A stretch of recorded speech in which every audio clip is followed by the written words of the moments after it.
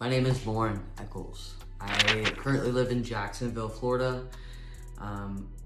Welcome to Build Something Real. Today is going to be a little bit different. Typically, I do like to talk about how to build, scale, monetize your business. I talk about financial strategies, personal strategies for improvement, and a lot of times it's more technical. Today, it's going to be a little bit different. Today, I'm going to talk a little bit about my past and my experience. And I just want to talk about this for a second because I think that it's different. I think that it's unique, but I don't think that it's too different or too unique that someone else hasn't gone through these things. And so the hope is that whatever I am putting out here is that it's helping someone else. So I just want to dive into it.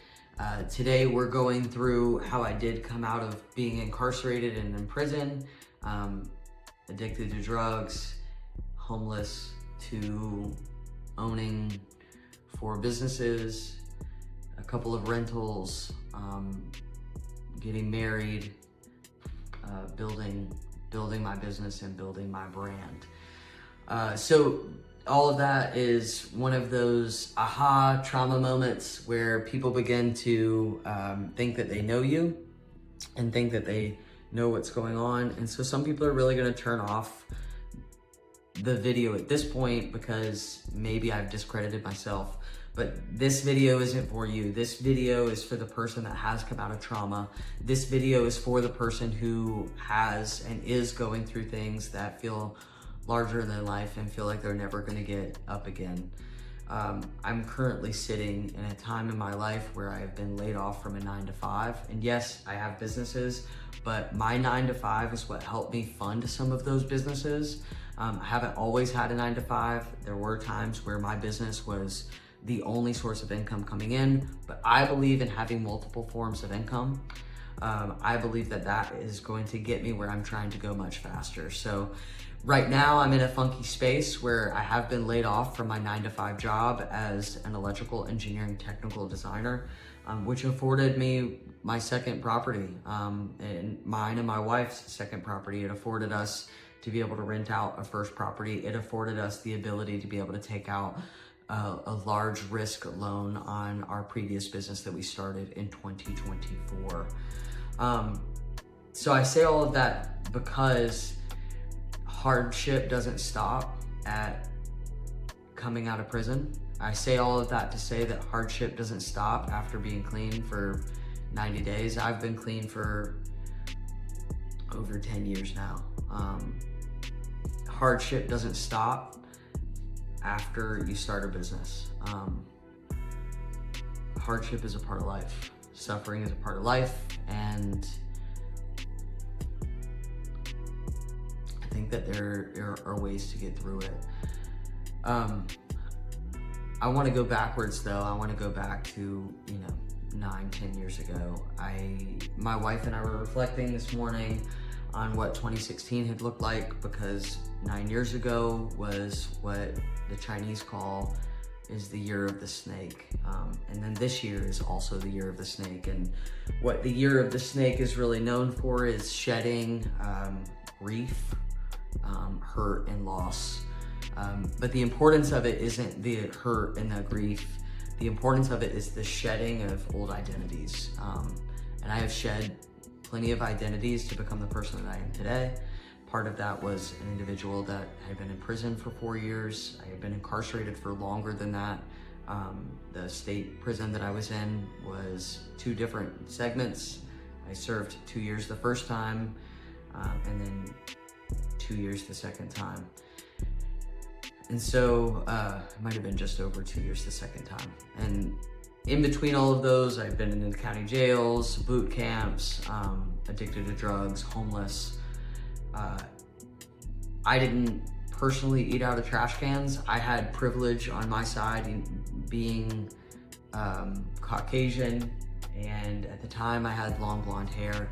I could typically walk in anywhere and steal anything that I wanted, and nobody really asked me any questions. A lot of times I would smile at people as I was walking out, It was my belief that if I didn't draw negative attention to myself, but maybe positive attention, that I could get away with things. And I did. But that's not a good thing. These are survival techniques. And part of those survival techniques change along the path. And so for me, I did sleep on dugouts, baseball fields, because those felt safest to be up off the ground. I'm small, I'm 5'4", like 130 pounds soaking wet. And so, I was pretty vulnerable to the state of life that I was living in at the time. And so I want to talk less about what was going on then and more about the experience of change and how that led to where I'm at now. The experience of change for me isn't about, oh, I need to change and then it's done. The experience of change for me now looks a little bit different because of the trauma that I had been through in the past. I know what true change feels like. I know what the need for change feels like. And so now when I have an inkling of that feeling, I know that I can turn it on and turn it up and change and go to the next one. That is the unique benefit of going through the things that I have gone through, not because all of us come out alive, right? When I was coming out of prison for the first time, they told us that only 3% of us would make it. And they were right. People died. People returned back to prison. Recidivism rate in this country is insane. I went straight back to prison. I was out of prison for 3 weeks before I was back on the run. That is insane. I didn't make it out of it because I was better. I didn't make it out of it because I had more knowledge.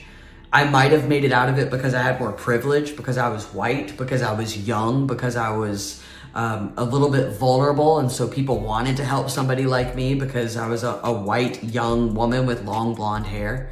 Now I didn't have that. And I've seen a great change in how people treat me now, how people treated me then.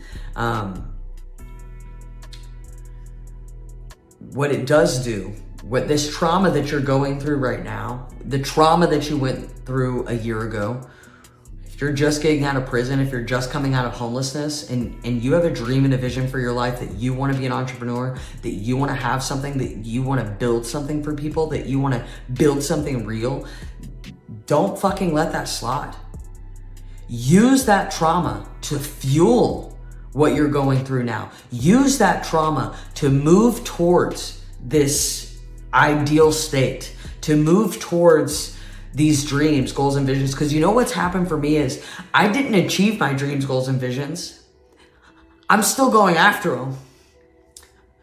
But they fucking helped me to get up and get out, okay? I didn't achieve it all. I didn't become a millionaire in my first business where I thought I was going to, so I quit school. And yeah, I didn't go to school until after I had been out of prison for a long time. I started later in life. I still sometimes feel like a failure, but I'm not. And neither are you. You're not the same person that you were a year ago. You're not the same person that you were 6 months ago. You can choose to be that person. You can also choose to change.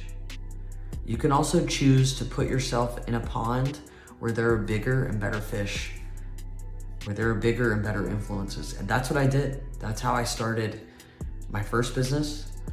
I went to school first, guys. I got around people that were doing amazing things. I was just in college. And these people, to me, they were kids. I was like 27 years old. There's 18-year-olds going to engineering school, bypassing everything. And those were my influences. I didn't start a business immediately. I just got around better people, and that helped me. And so I take that mentality with me now, everything that I'm doing and everywhere I'm going. How do I get around better people? Maybe that's a gym. Maybe that's the most expensive gym in town. Go to it. Get around better people. Maybe it's a meetup. Get around better people. Maybe it's an association. Get around better people. Maybe it's a different job. Get around better people. Better people are gonna be what's gonna pull you up.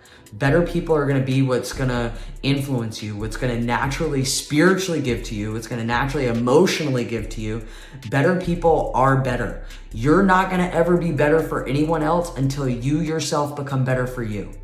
That was my number one change that occurred for me. Going back to prison, recidivism is all about not changing your environment. I'm pretty far removed from that lifestyle now. I'm not far removed from the trauma and the pain that it caused me and that it still causes me. I'm not far removed from a childhood that led me to that, but I am making new memories with my family. If you're somebody that has been through something, if you're somebody that is going through something, get up and get around different people. It's gonna be the hardest thing that you ever did. You're gonna feel really insecure.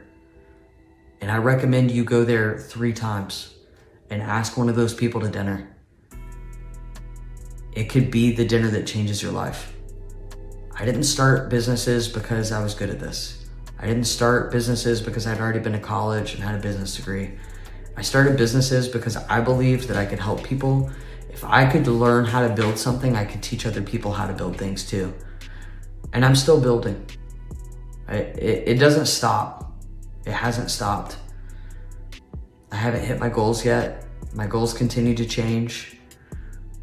But I think the one thing that is good that comes out of situations like what you're going through now, or situations that I have been through in my past, is that I never have to get to the same dark place to seek change.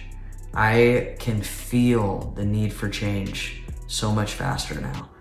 And that is a blessing. I know that this is a little bit different. I know that this is a little bit off the cuff. If you have questions, if you have comments, leave them down below. If you're going through something now, reach out. Like, we can do this together. You don't have to do this alone. And if you're looking to build something, that's the stuff that I love. So if you're looking to build something, please reach out. Maybe we can come up with an idea together. Maybe we can scale together. Maybe we can work on a project. All this stuff is the stuff that excites me anyway. Thanks for tuning in. This has been Lauren Eccles. I'm a head strategist over at Build Something Real. I'll talk to you soon. Bye.